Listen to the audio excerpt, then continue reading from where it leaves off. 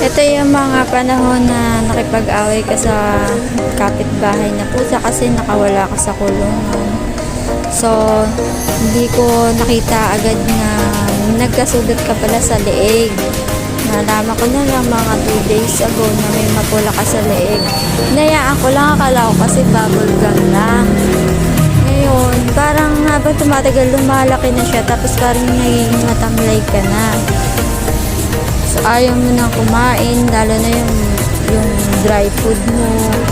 Ayaw mo na kainin. Naawa talaga ako sa'yo. Sobra. Kaya yun, nakita namin na ayaw mo na talagang kumain. Tapos parang naglalaway ka na. Ngayon, doon na kita pinabet. Pinatingnan kita, buti na lang pre-check up lang. So, sabi nga ng doktor, ng vet, kailangan ka raw